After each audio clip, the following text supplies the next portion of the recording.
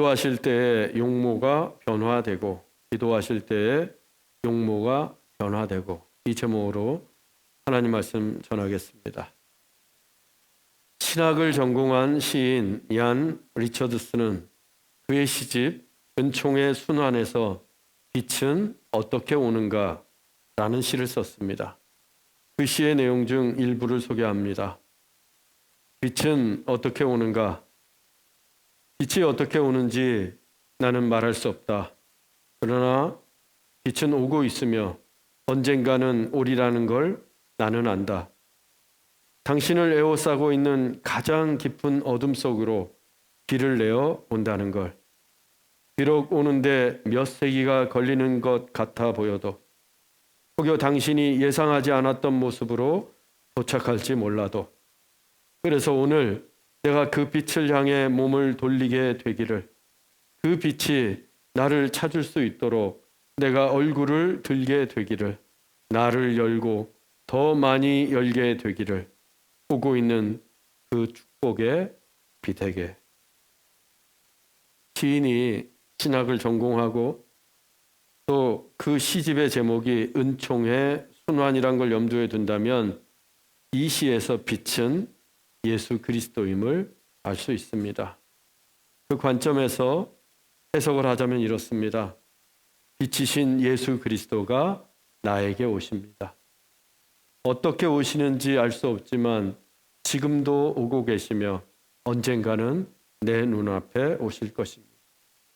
내 인생에서 가장 어두운 때에 그 깊은 어둠 속에 길을 내시며 빛이신 그리스도가 나에게 오실 것입니다. 그 빛이 나에게 오는데 몇 세기가 걸릴 만큼 오래 걸릴 수도 있고 또 내가 기대하고 상상했던 모습이 아닐 수도 있지만 빛이신 그리스도는 반드시 나에게 오십니다. 그래서 우리는 그 빛을 향해 몸을 돌려 기다려야 합니다. 그 빛이 나를 찾을 수 있도록 나를 축복하기 위해 오는 그 빛을 향해 내 얼굴을 들고 나의 마음을 열고 더 많이 열고 기다려야 합니다.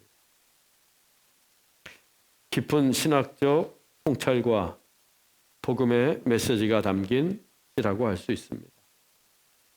그렇습니다. 빛은 우리에게 옵니다. 빛이신 예수 그리스도는 우리에게, 나에게 오십니다. 언제 어떻게 오실런지 정확히 알 수는 없지만 우리의 어둠 속에 길을 만드시며 분명히 오십니다. 아니 이미 오신 것을 경험한 이들도 있고 오고 계시는 것을 느끼는 이도 있고 오실 거라는 것을 확신하는 사람도 있습니다. 오늘도 빛이신 예수 그리스도께서 우리의 어둠과 상처와 의심을 뚫고서 이곳에 오시기를 주님의 이름으로 축원합니다. 오늘의 본문도 빛이신 예수 그리스도를 우리에게 전해주고 있습니다. 본문 28절입니다. 이 말씀을 하신 후 8일쯤 되어 예수께서 베드로와 요한과 야고보를 데리고 기도하시러 산에 올라가서 본문에서 이 말씀은 예수님이 제자도에 관해 하신 말씀입니다. 곧 아무든지 나를 따라오려거든 자기를 부인하고 날마다 제 십자가를 지고 나를 따를 것이라 라고 말씀하셨고 또 이어서 누구든지 나를 위하여 제 목숨을 잃으면 구원하리라 라는 말씀을 하셨습니다. 이 말씀을 하시고 8일쯤 되었을 때 예수님은 베드로와 요한과 야고보를 데리고 산에 올라가셨습니다. 본문은 이 산의 이름을 밝히고 있지는 않지만 오늘날 우리는 이 산을 변화산 이렇게 부르고 있습니다. 그런데 변화산이란 명칭은 성경과 이스라엘 역사 어디에도 없습니다. 예수님의 용모가 변화하셨다고 해서 변화산이라고 부를 뿐 구글 지도에도 그 이름이 없습니다. 신학자들은 이 산을 전통적으로 다볼산으로 보고 있습니다. 그런데 신기한 것은 구글 지도에서 변화산 이렇게 치면 다볼산이 나온다는 것입니다. 구글도 다볼산을 변화산으로 이해하고 있는 겁니다. 우리들처럼. 이 다볼산은 갈릴리 중심부에 있는 가파른 산으로 높이가 해발 588m로 매우 높습니다. 정상에서 아래를 내려다보면 갈릴리의 아름답고 빼어난 전경이 한눈에 다 보인다고 합니다. 다 보인다고 해서 다볼산이 아니고 다볼산의 뜻은 높은 산입니다. 이 다볼이 높다는 뜻이에요. 예수님이 그 높은 다볼산에 베드로와 요한과 야고보를 데리고 올라가셨습니다. 기도하시러 올라가셨습니다. 기도하시러 그 높은 산에 올라가셨어요. 그런데 예수님이 기도하실 때 무슨 일이 일어났는가? 본문 29절입니다.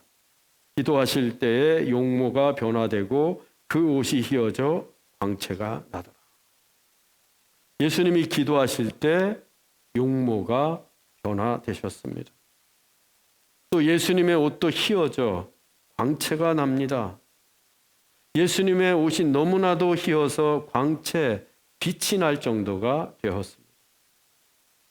마가복음과 마태복음에도 같은 내용을 기록하고 있는데 설명이 보다 구체적입니다. 마가복음 9장 2절로 3절입니다. 그들 앞에서 변형되사 그 옷이 광채가 나며 세상에서 빨래하는 자가 그렇게 희게 할 수 없을 만큼 매우 휘어졌더라. 마태복음 17장 2절입니다.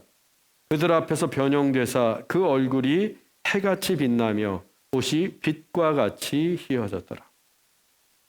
마가복음은 이 예수님의 옷에 광채가 나는데 아무리 빨래를 해도 더 이상 희게 할 수 없을 만큼 매우 휘어졌다고 합니다. 회강의 흰색이에요. 그런데 가난한 몫이셨던 예수님의 옷은 허름하고 낡았을 것이 분명합니다. 이 낡은 옷은 빨아도 빛이 나지 않아요. 그런데 그 낡고 허름한 예수님의 옷이 세상 그 누구도 희게 할 수 없을 만큼 광채가 나는 흰 옷이 되었습니다. 그 낡은 옷이 완전히 변화하지 않고는 그런 옷이 될 수 없습니다. 마태복음은 옷이 빛과 같이 휘어졌고 또 예수님의 얼굴도 해같이 빛이 난다고 기록했습니다. 그런데 이곳 저곳을 두루 다니시며 복음을 전하시던 예수님의 얼굴은 팔레스타인 지역의 그 뜨거운 햇볕에 검게 그을리셨을 것이고 그 높은 다볼산에 올라가셨다면 그분의 얼굴은 땀으로 뒤범벅이 되셨을 것입니다. 먼지와 함께. 즉 예수님의 얼굴은 빛이 날 수가 없습니다. 적어도 그때만큼은. 그런데 마태는 그때의 예수님의 얼굴이 해같이 빛난다고 합니다. 이 세상에 해보다 더 밝은 빛은 없습니다. 태양빛이 비추는 방 안은 전등을 켜봐야 소용이 없어요. 햇빛이 너무나 밝아서. 그런데 예수님의 얼굴이 해같이 빛난다고 합니다. 가장 밝게 빛난다는 것입니다. 이렇듯 예수님의 얼굴도 예수님의 옷도 이 세상에서는 견줄 수 없는 신비로운 빛을 띠고 광채를 발하며 변화되었던 것입니다. 우리는 지난주에 예수님이 다시 오실 때에는 하나님과 거룩한 천사들의 영광으로 오실 거라고 배웠습니다. 그 다시 오실 예수님의 모습을 지금 변화산에서 미리 보여주시는 겁니다. 어떤 모습으로 오실지. 그래서 예수님의 얼굴이 해와 같이 빛나고 예수님의 옷이 빛과 같이 휘어졌다고 하는 것은 성육신하신 인간 예수가 아니라 하늘에 계신 하나님으로서의 예수 그리스도를 나타냅니다. 즉 예수님은 지금 하나님의 영광과 하나님의 신성과 하나님의 광채를 발하시는 성자 하나님의 모습으로서 변화하신 것입니다. 여러분, 천국에 계신 예수님의 모습이 어떨까 궁금하시죠?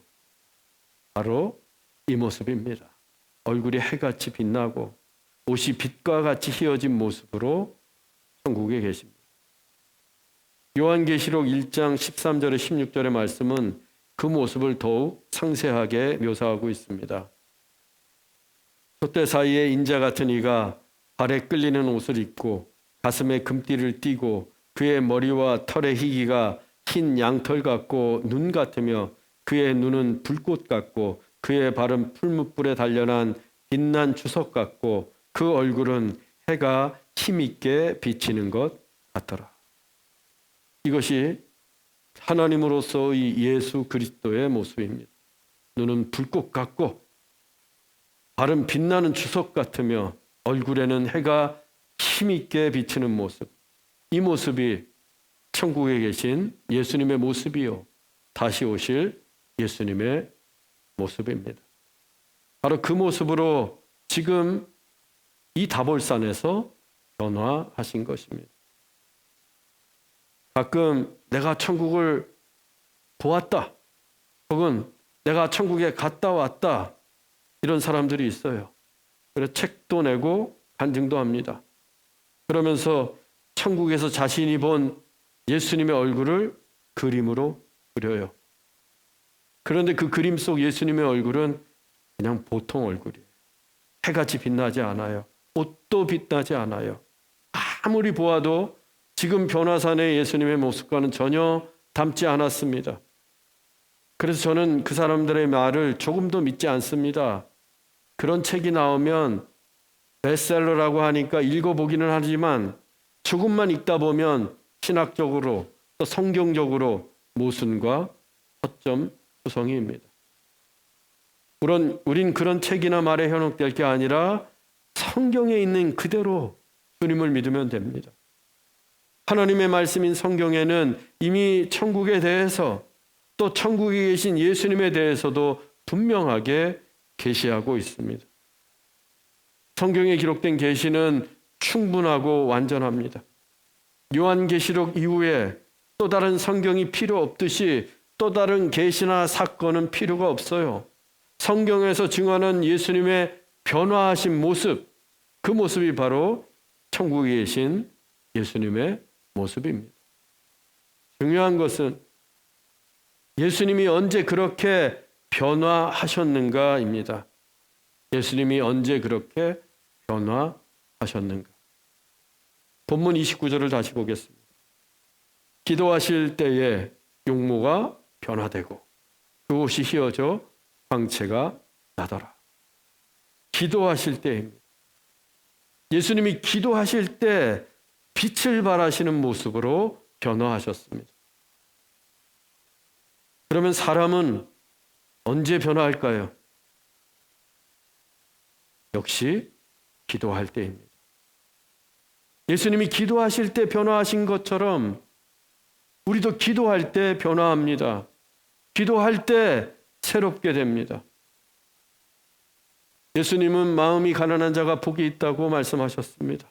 또 온유한 자도 마음이 청결한 자도 복이 있다고 말씀하셨습니다. 예수님은 우리가 마음이 가난한 자가 되길 원하시고 또 온유한 사람, 마음이 청결하기를 원하십니다. 그런데 어떻습니까? 우리 마음은 욕망과 욕심으로 가득하고 내 안은 불길 같은 성령이 아니라 불길 같은 성질만 꽈리를 틀고 있고 또 내 마음에는 온갖 더럽고 추악한 생각이 마구 뒤섞여 있습니다. 다 비워내야 내 마음도 가난해지고 성품도 온유해지고 청결한 마음으로 하나님을 볼 수 있을 텐데 그게 쉽지 않아요. 굳게 마음 먹는다고 해서 금세 내 마음이 가난해지고 온유해지는 게 아닙니다. 작심하고 결심한다고 해서 금세 내 마음이 청결해질 수 있는 것도 아니에요. 기도해야 합니다. 기도해야 변화합니다. 기도해야 내 마음도 변화하고 내 성품도 변화하고 기도해야 여러분의 삶이 변화됩니다. 기도 외에는 이런 이유가 나갈 수 없어요. 그런데 우리가 주시옵소서, 주시옵소서. 이것도 주시고 저것도 주시고 그 다음 것도 주세요. 이런 기도만을 연발한다면 과연 변화하겠습니까? 이런 기도로 마음이 가난해지겠어요? 너무 달라고만 기도했는데 기도가 벌써 가난하지가 않은데 우리는 더 깊은 기도의 세계로 나아가야 합니다.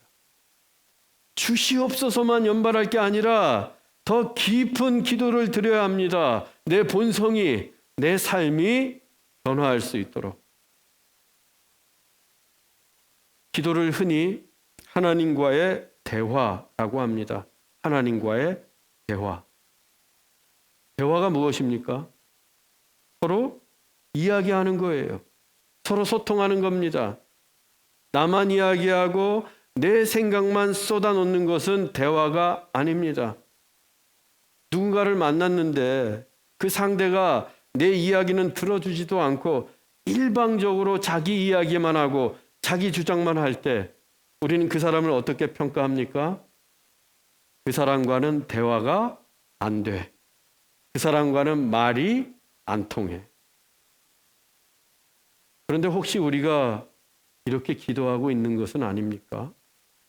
일방적으로 하나님께 간구만 하고 일방적으로 부르짖기만 해서 하나님의 음성은 듣지도 못하고 그래서 하나님이 우리를 보시면서 너희와는 대화가 안 돼. 말이 안 통해. 이렇게 탄식하시는 건 아닌지 모르겠어요. 이 기도가 하나님과의 대화가 분명하다면 하나님의 음성을 들어야 합니다. 우리가 간구도 해야 하지만 하나님의 말씀도 들어야 합니다. 하나님과 소통해야 합니다. 그래야 대화가 있는 기도가 됩니다. 그러면 기도 중에 우리가 어떻게 해야 하나님의 음성을 들을 수 있을까요? 어떻게 해야 하나님과 소통하면서 기도할 수 있을까요? 하나님을 깊이 묵상해야 합니다. 하나님을 깊이 묵상하라. 하나님이 어떤 분이신지, 하나님이 무슨 일을 하셨는지, 하나님이 나에게 어떤 은혜를 베푸셨는지, 하나님의 뜻은 무엇인지, 하나님이 지금 나에게 무엇을 원하고 계신지를 묵상하는 것입니다. 그리고 그 묵상의 결과를 고백하는 것, 그것이 하나님의 음성을 듣는 것이고 그것이 하나님과 대화하는 기도입니다. 즉 묵상에서 얻은 성령의 감동으로 하나님의 존재와 성품을 찬양하는 기도도 하고 하나님의 은혜에 감사하는 기도도 하고 나를 돌보시는 그 하나님을 기뻐하는 기도도 드리는 거예요. 그리고 때론 하나님의 뜻에 순종하기로 결단하는 기도도 하는 것입니다. 그러면 내가 변합니다. 예를 들어 보겠습니다. 시편 23편 1절로 5절입니다. 여호와는 나의 목자시니 내게 부족함이 없으리로다. 그가 나를 푸른 풀밭에 누이시며 쉴 만한 물가로 인도하시는도다. 내가 사망의 음침한 골짜기로 다닐지라도 해를 두려워하지 않을 것은 주께서 나와 함께 하심이라. 주의 지팡이와 막대기가 나를 안위하시나이다. 주께서 내 원수의 목전에서 내게 상을 차려주시고 기름을 내 머리에 부으셨으니 내 잔이 넘치나이다. 시편 23편은 다윗이 지은 것으로 우리 그리스도인들이 가장 많이 애송하는 시편 중 하나입니다. 이 시의 분위기로만 보면 다윗의 평화로운 목동 시절에 지었을 것으로 보여요. 목자, 푸른 풀밭, 쉴만한 물가라는 시어만 놓고 보면 누구나 그렇게 생각하기 쉽습니다. 정말로 평화롭고 부족함이 없는 것 같아요. 하지만 시편 23편은 다윗이 가장 위태로울 때, 가장 공고할 때, 사울 왕의 칼날을 피해 광야로 도망쳤을 때 지은 시편입니다. 이어서 등장하는 식구인 사망의 음침한 골짜기, 내 원수의 목전에서 이 부분이 바로 다윗이 처한 상황을 보여줍니다. 또 다윗이 도망친 광야는 가난한 땅이었고 굶주림의 땅이었고 아무것도 없는 황무지입니다. 그런데 그 위태롭고 부족한 것 투성인 광야에서 다윗은 여호와는 나의 목자시니 내게 부족함이 없으리라.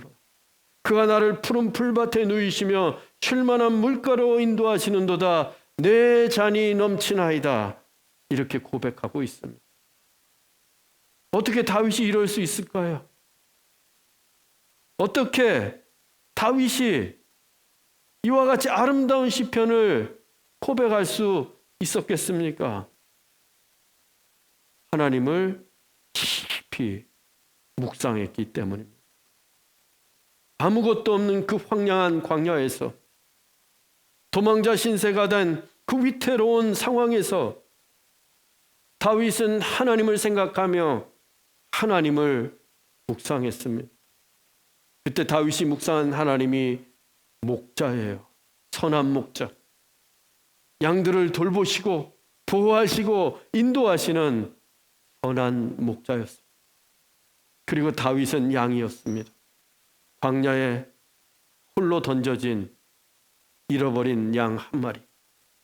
그렇지만 다윗은 지금 비록 광야에 있고 사망의 음침한 골짜기로 다니고 있지만 그 선한 목자 되신 하나님께서 자신을 푸른 풀밭과 쉴만한 물가로 인도해 주실 것을 믿었습니다.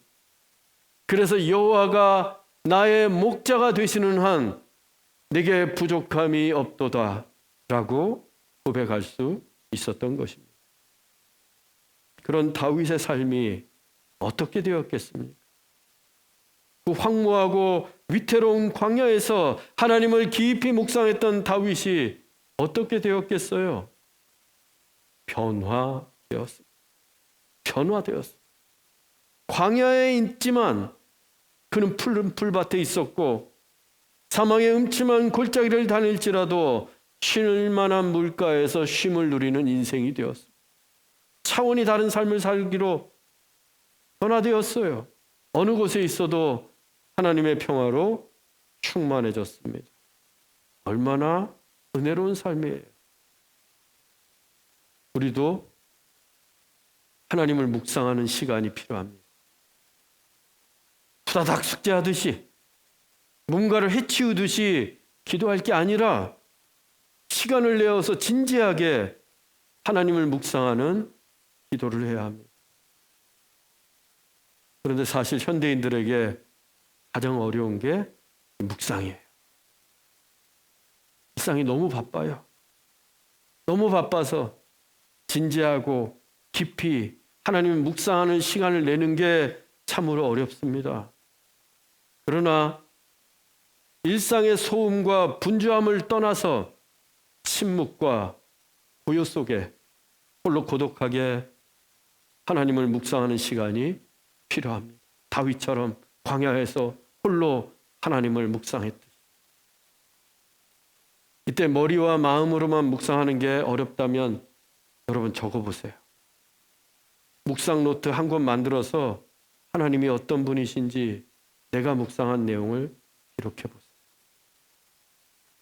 아마 얀 리처드슨도 빛 대신 예수 그리스도를 묵상하며 그렇게 적었던 게 시 한 편이 되었을 수도 있습니다. 예를 들어 하나님의 사랑을 묵상했다.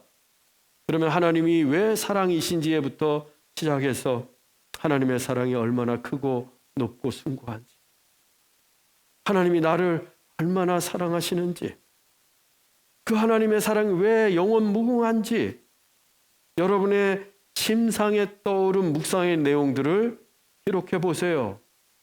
그것이 바로 지금 여러분들에게 대화하시고 말씀하시는 하나님이십니다. 깊은 신앙의 세계는 하나님을 묵상하는 기도의 시간과 정비례합니다.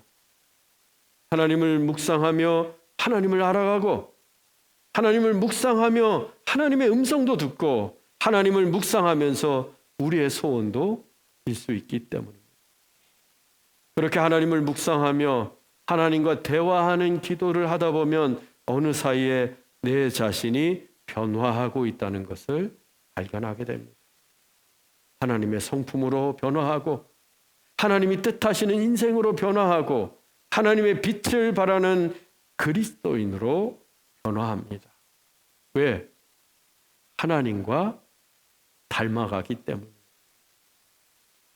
하나님을 묵상하는 기도를 통해서 우리는 하나님과 닮아갑니다.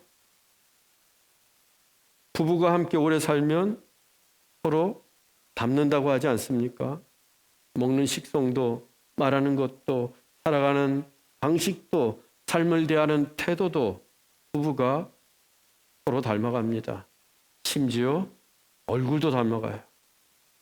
오랫동안 함께 시간을 보내고 서로 원하는 바가 무엇인지 알아가고 날마다 대화하기 때문입니다.